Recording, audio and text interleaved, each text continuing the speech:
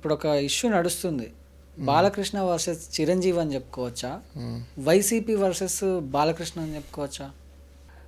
జగన్మోహన్ రెడ్డి గారిని సైకో అన్నాడు అని చెప్పి ఆ సైకో గారిని కలవడానికి అండ్ ఆ ఇష్యూ ఒకటి, అది ఎందుకు అన్నారు అట్లా, ఎందుకు అనాల్సిన అవసరం ఎందుకు? ప్రాబ్లం ఏమైపోయిందంటే బుద్ధి లేని నాయకుల్ని ఎన్నుకున్నాం మనం ఫస్ట్.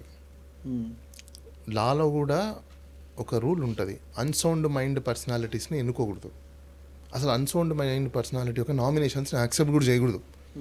ఒకసారి నువ్వు అన్సౌండ్ మైండ్ అన్ని నువ్వు ఒక వ్యక్తిని మర్డర్ చేసేయడానికి కెపాసిటీ ఉన్నప్పుడు ఇతన్ని అసలుకి కంప్లీట్గా లైఫ్ టైం బహిష్కరించాలి.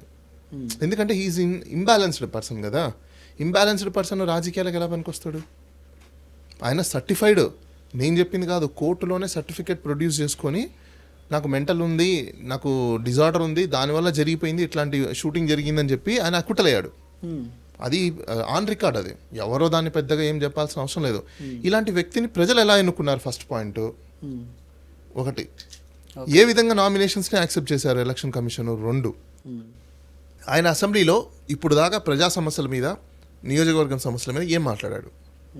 ఎవరి దగ్గరనే మన రికార్డు ఉందా?